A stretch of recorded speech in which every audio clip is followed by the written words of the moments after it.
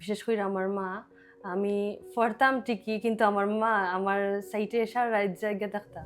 আমাদের ১ম বেড়ে ওঠা হচ্ছে আমাদের পরিবারে। পরিবারে বাবা-মার সন্তানের উপর নানা রকম ইচ্ছে থাকে। ইচ্ছে থাকে ডাক্তার কিংবা ইঞ্জিনিয়ার। আবার নতুন করে ইচ্ছে হচ্ছে পরিবারের সন্তানকে বাহির দেশে পাঠানোর। এরকম একটি ইচ্ছে পূরণ নিয়ে চলে আসছি। তো গল্পে চলে যাই। ম্যাম কেমন আছেন? জি ম্যাম, ভালো। আপনি? আলহামদুলিল্লাহ ভালো আছি। ১ম এ ম্যাম আপনার পরিচয়টা। জি ম্যাম, আমার নাম সুমিত্রা রানী দাস রিয়া। আমি হবিগঞ্জ থেকে এখানে এসেছি। আচ্ছা, পড়াশোনায়? পড়াশোনা আমি এমসি কলেজ, সোসিওলজি, 3rd ইয়ারে। 3rd ইয়ারে। জি ম্যাম। আচ্ছা, পরীক্ষা কি শুরু হয়ে গেছে না শেষ? না ম্যাম, আমার 3rd ইয়ারের ফার্স্ট সেমিস্টার চলতেছে। ও আচ্ছা, ঠিক আছে ম্যাম। Ma'am 6 point. আমি একটু আগে বললাম পরিবারের স্বপ্ন পূরণ। জি ম্যাম। তো ম্যাম এটার গল্প আসলে আমি জানতে চাচ্ছি। ১ম এ জানবো ম্যাম আপনার অনুভূতি কেমন এটা পাওয়ার পর? জি ম্যাম, অনেক, অনেক আনন্দিত ম্যাম আমি এটা পেয়ে। কারণ আমার থেকে আমার মা-বাবার স্বপ্নটা একটু বেশি যে আমার মেয়ে একটা কিছু করুক। তো তারাও যেহেতু খুশি, আমিও খুশি ম্যাম। আচ্ছা। ওই যে বললাম পরিবারের স্বপ্ন পূরণ করতে। তো আপনারা ভাই-বোন কতজন? আমরা ৩ ভাই আর আমি একা।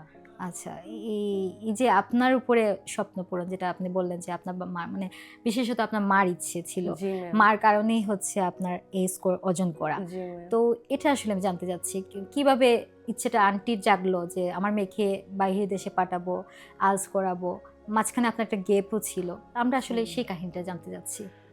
জি ম্যাম, আমার এক ভাই লন্ডন আছেন। আচ্ছা। তো তাইনেরও শখ যে আমার বোন একটা কিছু করুক। আমার ফ্যামিলির ভাইয়ের সাপোর্ট যতটা পাইছি এইরকম আমি কল্পনা করতে পারি না। আমার ভাই তারা অনেক সাপোর্ট করছেন আমারে। আচ্ছা। বিশেষ করে আমার মা। আমি পড়তাম ঠিকই কিন্তু আমার মা আমার সাইডে সারা রাত জায়গা থাকতাম। লাস্টের কয়েকদিন আমার কষ্ট হইছে। তো মা বেশি সাপোর্ট করছেন আমারে। মানে আপনার এই স্বপ্ন পূরণের পেছনে মার হাতটা একটু জি, বেশি ছিল। মা। আচ্ছা, মাকে একটা ধন্যবাদ। জি, আমার মা আমি কি কইম ম্যাম, ধন্যবাদ দিয়ে আমি আর কোনো ভাষা নাই।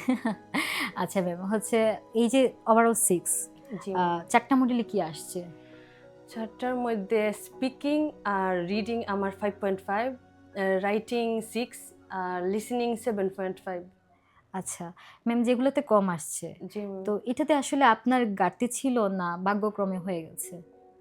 না ম্যাম, আমার কিছুটা ঘাটতি ছিল অবশ্যই কইমু ম্যাম। কারণ চেষ্টা করলে কিছু পারা যায় না এরকম কিচ্ছু নাই।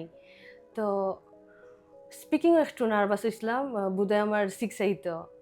আচ্ছা, জি ম্যাম। বাট নার্ভাসের জন্য এই 6 থেকে কম জি আসছে। ম্যাম। ম্যাম আমরা দেখেছি লিসেনিং আপনার একটা ভালো একটা স্কোর আসছে 7.5।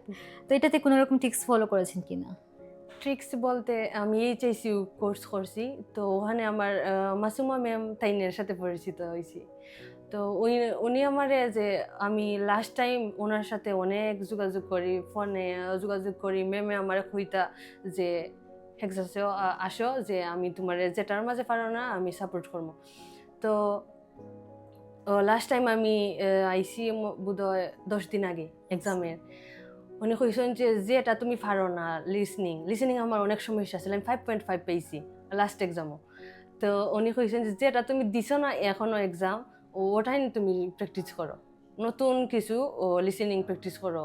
পুরানটা আর দিও না। তো আমি নতুন ওই যে কেমব্রিজ অফিসিয়াল আছে তাই কইয়া দিছিলাম আমারে। যখন কেমব্রিজ অফিসিয়ালটা কিনো আর জয়টা পারো তুমি দিতে থাকো। আইব স্কোর আইব ইনশাআল্লাহ। ম্যামে কইয়া দিছিলা। তা এর জন্যই তো একটা ভালো একটা স্কোর জি আসছে। ম্যাম। আচ্ছা ঠিক আছে ম্যাম। এই যে আমরা পরিবারের কথা শুনলাম। জি আচ্ছা ম্যাম। ম্যাম আমরা তো আমাদের একটা বিশাল একটা জায়গা থাকে বন্ধু-বান্ধব। জি। তো এটা কি আপনার ছিল বা আপনার এই বন্ধু-বান্ধবের মাঝে আপনার স্কোরটা কি বলেছেন বা এরকম কোনো অনুভূতির কাহিনী আছে কিনা? না ম্যাম, আমি আমার জানা মতে আমি এখন আমার কোনো বন্ধু-বান্ধবের জানাইছি না। আচ্ছা, কারণ আমার গ্রুপটা একবারে ছোট বন্ধু-বান্ধবের। আচ্ছা বুঝতে পেরেছি। জি ম্যাম। ম্যাম এখন সর্বশেষ প্রশ্ন হচ্ছে আগামীতে যারা পরীক্ষা দিবে, জি ম্যাম। তো তাদের জন্য যদি আপনি কিছু বলতেন?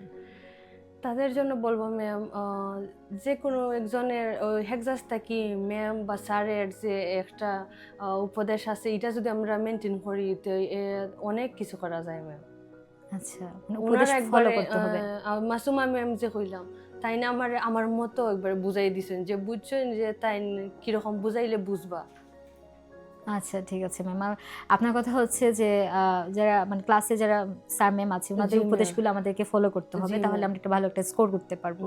Thank you ma'am. Thank you ma'am. Okay, শুনলাম আমরা কিভাবে পরিবারের স্বপ্ন পূরণ করা যায়, কিভাবে একজন শিক্ষকের দেখানো পথে হেঁটে আমরা ভালো একটা স্কোর করতে পারি। তো আমরা এটা ফলো করব। ম্যামের কথা থেকে অনুপ্রেরণা পেলে আমরাও একটা ভালো একটা স্কোর করতে পারবো। সবাই ভালো থাকবেন। আল্লাহ হাফিজ।